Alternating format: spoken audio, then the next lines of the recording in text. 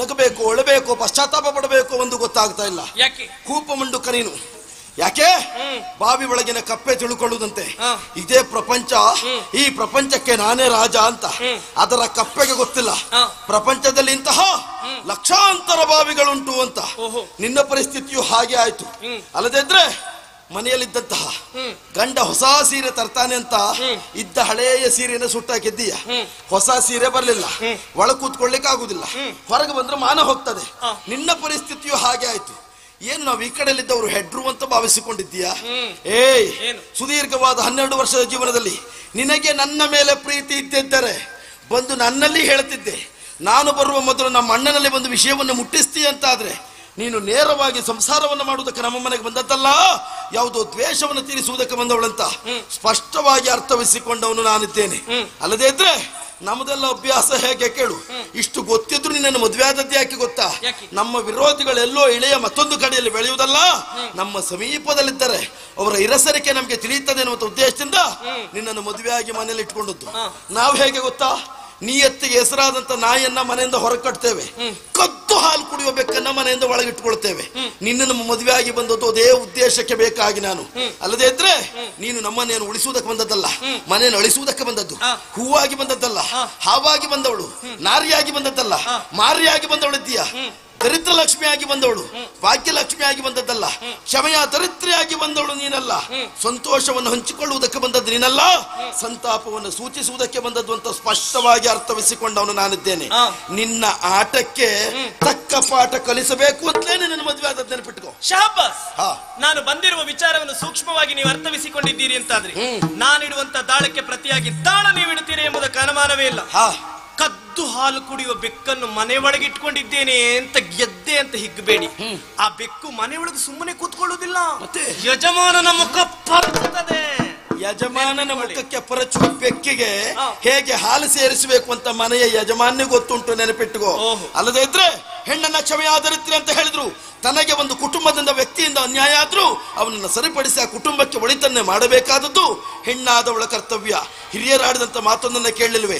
ತನಗೆ ಮುನಿದವರಿಗೆ ತಾಮುನಿಯಲೇ ಕಯ್ಯ, ತನಗಾದ ಆಗೇನು ಅವರಿಗಾದ ಚೇಗೇನು, ತನುವಿನ ಕೋಪ ಹಿರಿತನದ ಕೇಡು, ಮನದ ಕೋಪ ತನ್ನರಿವಿನ ಕೇಡು, ಮನೆಯೊಳಗನ ಕಿಚ್ಚು ಮನೆಯ ಸುಟ್ಟಲ್ಲದೆ ನೆರಮನೆಯ ಸುಡದು ಅಂತ ಹೇಳಿದ್ರು. ನಾವಿನ್ನೊಬ್ಬರಿಗೆ ದ್ರೋಹವನ್ನು ಅನ್ಯಾಯವನ್ನ ಮಾಡುವುದಕ್ಕೆ ಹೋದ್ರೆ ಮೊದಲು ನಮ್ಮ ಬದುಕು ಹಾಳಾಗಿ ಹೋಗ್ತದೆ ಅನ್ನುವಂಥ ಕಲ್ಪನೆ ನಿನಗಿರ್ಲಿಕ್ಕಿಲ್ಲ.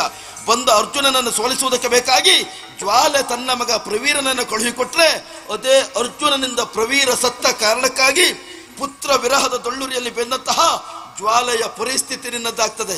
ಮಗನಾದ ಭರತನಿಗೆ ಪಟ್ಟವನ್ನು ಕಟ್ಟಬೇಕು ಅಂತ ರಾಮನನ್ನ ಕಾಡಿಗಟ್ಟಿದ್ರೆ ಪುತ್ರ ವಿರಹದ ವೈದವ್ಯ ದೀಕ್ಷೆಯಲ್ಲಿ ದಶರಥ ಚಕ್ರವರ್ತಿ ಸತ್ತದ್ದರಿಂದ ವೈದವ್ಯ ದೀಕ್ಷೆ ಪ್ರಾಪ್ತಿಯಾದಂತಹ ಕೈಕೇಯ ಪರಿಸ್ಥಿತಿ ನಿನ್ನದಾಗ್ತದೆ. ಈಶ್ವರನಿಗೆ ಅವಮಾನವನ್ನು ಮಾಡಬೇಕು ಅಂತ ನಿರೀಶ್ವರ ಯಾಗವನ್ನು ದಕ್ಷ ಮಾಡಿದ್ರೆ ಅದೇ ಈಶ್ವರನ ಮಗನಾದಂಥ ವೀರಭದ್ರನಿಂದ ತನ್ನ ತಲೆಯನ್ನು ಕಳೆದುಕೊಳ್ಳಬೇಕಾದ ಪರಿಸ್ಥಿತಿ ಬರ್ತದೆ. ಕಡಿದ ಅಂಚಿನಲ್ಲಿ ನಿಂತು ಮನೋವಿಕಾರತೆಯಿಂದ ಕೈ ತಟ್ಟಿ ಮತ್ತೊಬ್ಬರನ್ನ ಕಂಡು ನಗುವುದಕ್ಕೆ ಮುಂದಾಗಬೇಡ. ಆಧಾರ ತಪ್ಪಿದ್ರೆ ನೀನು ಪ್ರಪಾತಕ್ಕೆ ಬಿದ್ದು ಸಾಯಬೇಕಾಗ್ತದೆ. ಸತ್ತ ಇರುವೆಯನ್ನು ಹೊಕ್ಕಿ ಒಂದು ಕೊಕ್ಕಿನಿಂದ ಕುಕ್ಕಿ ಕುಕ್ಕಿ ತಿನ್ನುವ ಕಾಲಕ್ಕೆ ಯೋಚಿಸಬೇಕಾದ ಸತ್ಯ ಯಾವುದು ಗೊತ್ತಾ? ಮುಂದೊಂದು ದಿನ ನಾನು ಸಾಯ್ತೇನೆ, ಇದೇ ಇರುವೆಗೆ ನಾನು ಆಹಾರವಾಗ್ತೇನೆ ಅನ್ನುವಂಥ ಸತ್ಯವನ್ನ ಹಕ್ಕಿ ಯಾವ ಕಾಲಕ್ಕೂ ಮರೆಯಬಾರದು. ದ್ವೇಷದ ಮರ ನಾನು ಬೃಹದಾಕಾರವಾಗಿ ಬೆಳೆದು ನಿಂತಿದ್ದೇನೆ ಅಂತ ಅಹಂಕಾರ ಪಡಬೇಡ. ಒಂದು ಸತ್ಯ ತಿಳಿ, ಮರ ಎಷ್ಟೇ ದೊಡ್ಡದಾಗಿ ಬೆಳೆದು ನಿಂತರೂ ಆ ಮರವನ್ನು ಸುಡುವುದಕ್ಕೆ ಅದೇ ಮರದಿಂದ ತಯಾರಿಸಿದ ಸಣ್ಣ ಬೆಂಕಿಯ ಕಡ್ಡಿ ಸಾಕು, ನೆನಪಿಟ್ಟುಕೋ. ದ್ವೇಷದ ಬೆಂಕಿಯನ್ನು ಹಚ್ಚಿದವಳು ನೀನು ಹಚ್ಚಿದ ಬೆಂಕಿಯಲ್ಲಿ ನಿನ್ನ ಬದುಕನ್ನು ಹೋಮಿಸದಿದ್ದರೆ ನಾನು ಪ್ರಪಂಚನಲ್ಲ, ನೆನಪಿಟ್ಕೋ. ಅಯ್ಯೋ ದೇವ್ರೆ, ಅಡುಗೆ ಮನೆಯಲ್ಲಿ ಸಾಸಿವೆ ಕಾಳು ಹೊಟ್ಟಿದ ಹಾಗೆ ಏನು ಚಿಟಿ ಚಿಟಿ ಚಿಟಿ ಏನು ಪಟ ಪಟ ಮಾತಾಡ್ತೀರಪ್ಪ. ಮನೆಯಲ್ಲಿ ಗಂಡಸರು ಮಾತನಾಡ್ಲಿಕ್ಕೆ ಇರುವುದು, ಹೆಂಗಸರು ಹೌದು ಹೌದು ಹೌದು ಅಂತ ತಲೆ ಆಡಿಸಿಕ್ಕಿರುವುದು ಅಂತ ಎಣಿಸಿಕೊಂಡ್ರ? ಬೆಂಕಿ ಹಾಕ್ಲಿಕ್ಕಿರು. ಬೆಂಕಿ ಹಾಕುವುದಕ್ಕಾಗಿ ಬಂದವಳು ನಾನು, ನಿಮ್ಮ ಸುಡುವುದಕ್ಕಾಗಿ ಬಂದವಳು. ಹಾಕಿಸ್ತೇನೆ ಬೆಂಕಿ. ಬಬ್ರುವಾಹನನ ಬತ್ತಳಿಕೆಯನ್ನು ಸೇರಿ ತನ್ನ ಮಗ ಪ್ರವೀರನ ಸಾವಿಗೆ ಕಾರಣನಾದ ಅರ್ಜುನನ ಹಸುವನ್ನು ಹೀರಿದ ಪ್ರತಾಪದ ಜ್ವಾಲೆ ನಾನು. ಗಂಡ ಎನ್ನುವ ಬಂಡ ಸಾಯ್ತಾನೆ ಅಂತಾದ್ರೆ ವೈದವ್ಯ ದೀಕ್ಷೆಯನ್ನು ಸ್ವಾಗತಿಸುವ ಕೈಕೇಯಿ ನಾನು ನಿಂತದ್ದು ಮಣ್ಣು ಕಟ್ಟಿದ ಅಂಚಿನಲ್ಲ, ಕಲ್ಲು ಕಟ್ಟಿದ ಅಂಚಿನಲ್ಲಿ. ಈ ಅಂಚಿನಲ್ಲಿ ಎಷ್ಟು ವರ್ಷವೂ ವಿಜೃಂಭಿಸ್ತೇನೆ ಎನ್ನುವ ವಿಶ್ವಾಸ ನನಗಿದೆ.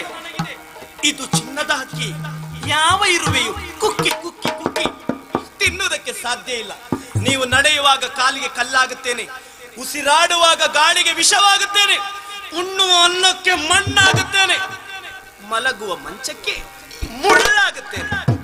ಇವಳೊಲಿದರೆ ಹರಿಯ ಕೊರಳಲ್ಲಿರುವ ತುಳಸಿ, ಅದೇ ಮುನಿದಳು ಅಂತಾದ್ರೆ ಸ್ಮಶಾನ ತೊಡಿಸಿ ನರ್ಬಿಟ್ಕೊಳ್ಳಿ. ನೀನು ಏನು ಮಾಡುವುದಿದ್ರು ಏನಾಗುವುದಿದ್ರು ಇಲ್ಲೇ ಇದ್ದು ಮಾಡಬೇಕು, ಬಿಟ್ಟರೆ ಮತ್ತಲ್ಲಿ ಹೋಗಿ ಮಾಡುವುದಕ್ಕೆ ಸಾಧ್ಯ ಇಲ್ಲ.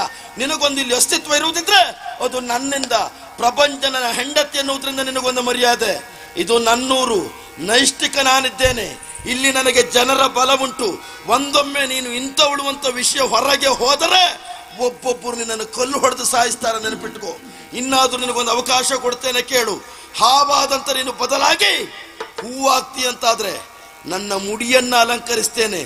ಇಲ್ಲ ನಾನು ಹಾವು ಅಂತ ಹೆಡೆ ಬೆಚ್ಚುವುದಕ್ಕೆ ಮುಂದಾದ್ರೆ ಈ ಮುಂಡಬಾರದ ಹಾವಿನ ಹೊಲ್ಲನ್ನ ಕಿತ್ತು ಹೇಗೆ ಪಾಠ ಕಲಿಸಬೇಕು ಅಂತ ನನಗೆ ಗೊತ್ತುಂಟು.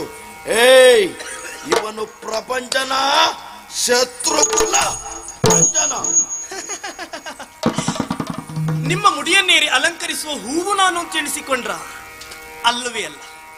ಈ ಮನೆಯಲ್ಲಿದ್ದ ಪ್ರತಿಯೊಬ್ಬರನ್ನು ಕುಕ್ಕಿ ಕುಕ್ಕಿ ತಿನ್ನುವ ವಿಷದ ಹೂವದಲ್ಲ ಹಾವು ನಾನು, ಸೋಲು ನಿನ್ನದು.